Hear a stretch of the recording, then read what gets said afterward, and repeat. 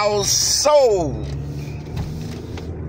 Yeah, boy. Day Friday, I think it's about 11 o'clock now. Maybe as much as 11:30. Oh, I just left our Upa house and I'm on my way back to you know where. The Rehabilitation Center. Yep. Let me give you all an idea of what the weather's like. It's overcast. Overcast, relatively high humidity. Probability of rain at or about 40-50%. And current temperature, probably about 75-80 degrees. 75 to 80 degrees. I imagine a slight wind coming in from the northwest at or about 2-3 miles an hour. Yeah, that's your weather report for today. Like I said, today is Friday. I believe it's the 20th. Friday the 20th, I believe. I'm not sure. Don't quote me on that. Could be the 19th. I believe it's the 20th, though. Anyway, I'm on my way back to Spectrum. Spectrum. Man, I'm so sick of messing with these folks down there. It's pathetic. I went down there yesterday to get the boxes. Okay, I went down there yesterday. They gave me 2 hotspot boxes. I guess you call them hotspot boxes. But they didn't give me the modem. And they did not give me the router. I didn't know you need a modem or a router for these boxes. So I had to go back down there yesterday evening.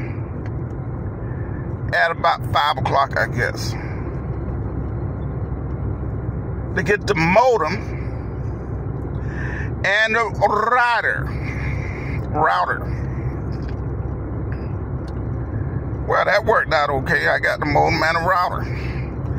Go home, plug everything up. Ready to go. And wouldn't you know it, the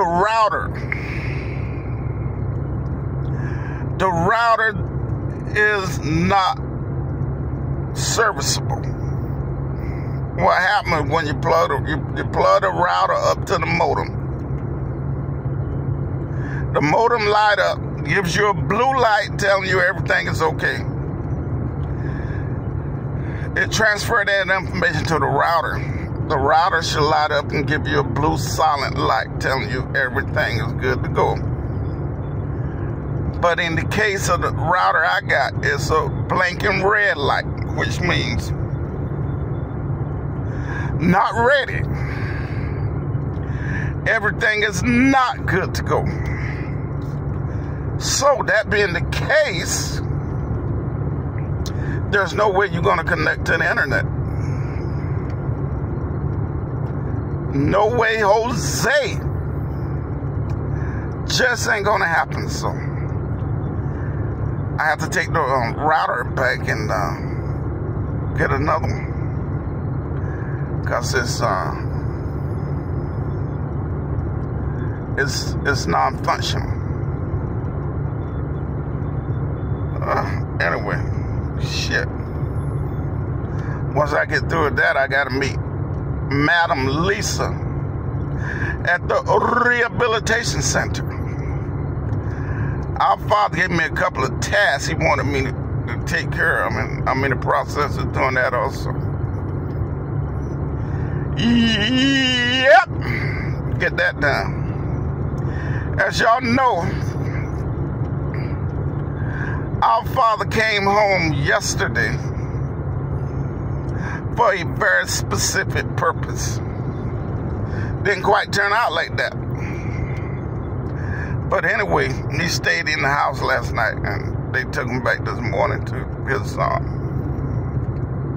his treatment.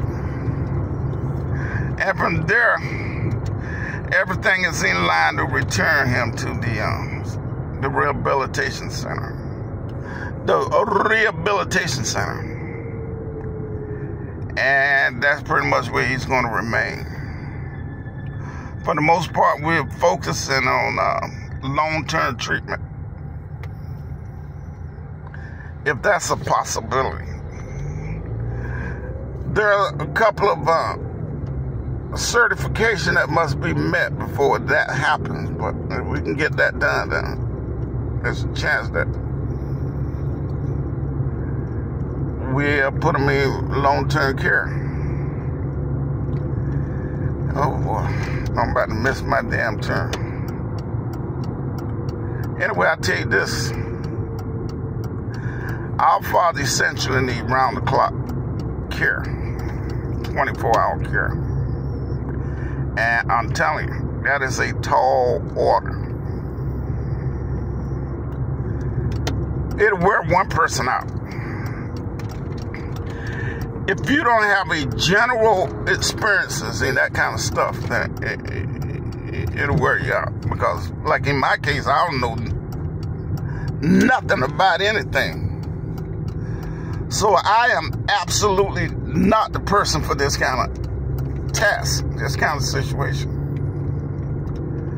Some people does it better than other ones, and some people, like in my case, doesn't do it very well at all. And besides, my mobility is rather limited. I can't get around that dang on good.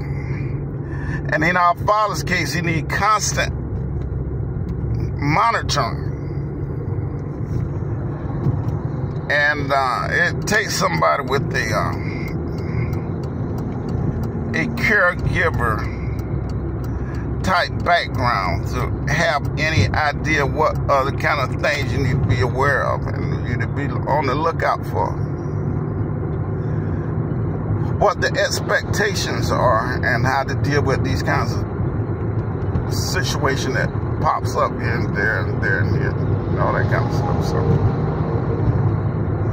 personally, I'm really not capable of this kind of. I don't have the mental capacity for this kind of stuff. You're looking at somebody who's 65 years old here, who never even babysit a baby. I ain't never even babysit a baby. Nobody has ever left me in the care of their babies. I never changed a diaper on a baby. But I digress. It is what it is. And so I think our father would be far better served in a 24-hour facility where they're constantly monitoring this situation and making sure everything is in order. Like monitoring his blood pressure, his sugar. They monitor his heart rate. And they come in and they make adjustment to his, they reposition him in the bed and all that kind of stuff, and elevate the head and elevate the feet and all that kind of stuff, man.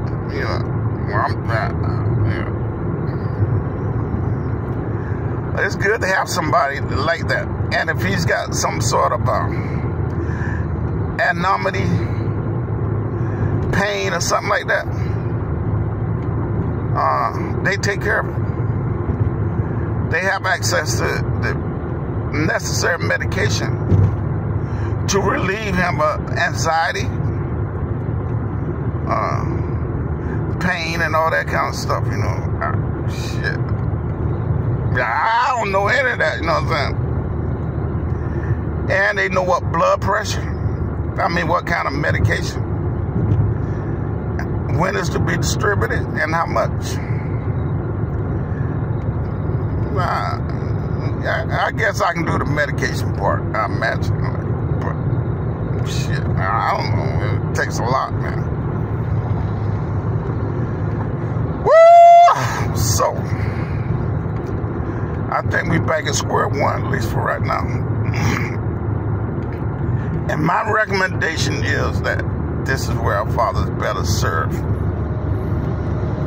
However unfavorable the conditions are to him, certainly he the last person wants that. But then, you know, just because our Father found himself in that state of inability, disability, whatever, doesn't mean life stops. Life goes on. Everybody else around him that is associated with him, life goes on. So, I mean, however inconvenient that is, essentially, people still gotta maintain their life too, you know what I'm saying? So, fact of the matter is, you know, that most people just don't, it's just too much of an inconvenience. So that is why these kind of facilities exist. However unfavorable, whatever opinion we have of them, they exist for this very purpose, so that everybody else can essentially go on with business as usual.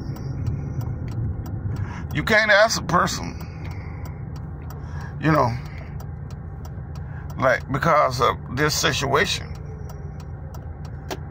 a person might say, well, maybe you can take a leave of absence, which could be like a month or 2 or 3 weeks or something like that, and to care for your father. I mean, you can, unless you got vacation time, you know, you're not going to get paid. You still got to make your mortgage payment and all that kind of stuff, whatever bills you got. I mean, that's not favorable for anybody. In my case, since I don't have mortgages, a mortgage, or bills and that kind of shit, I mean, and plus I don't even got a job, so hey, I'm sitting down here. It ain't that big a deal to me, but essentially I'm gonna have to go to work at some point in time. Other responsibilities I got.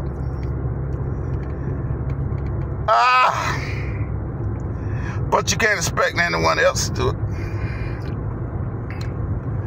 Again, this is the hand we was dealt, and we got to deal with it. However, unfavorable. Man, oh man, oh man. And people can't just give up their lives to deal with this situation. And the facility, it's a very decent facility, really, the rehab facility. The people are very nice and inviting and, you know, accommodating. And, you know, they do what they can. They do the best they can, you know. So, you know, if we could make things different, of course we would. But it's not like we got a lot of options. We have to deal with what we got. You know what I'm saying? Woo! The hand we got. So my recommendation would be, yeah, we're gonna have to either continue with the rehabilitation thing, because that gives us time, and consider long-term care. Those are the only options, really. There's no way, at least from my perspective, that our father needs to be in a private home under the care of one person. Because that's just not going to work. No, no, no, no, no.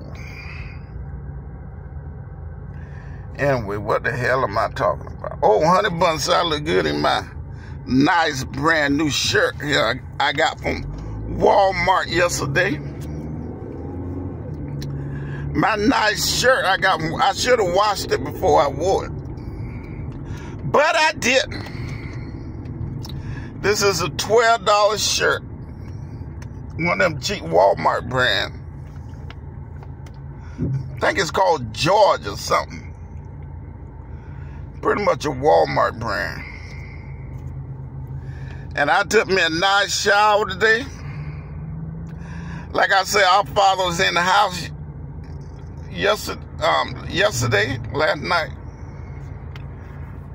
We kept trying to accommodate him, which is a tall order. By no means is that a short order. Finally got to bed about 11:30 last night.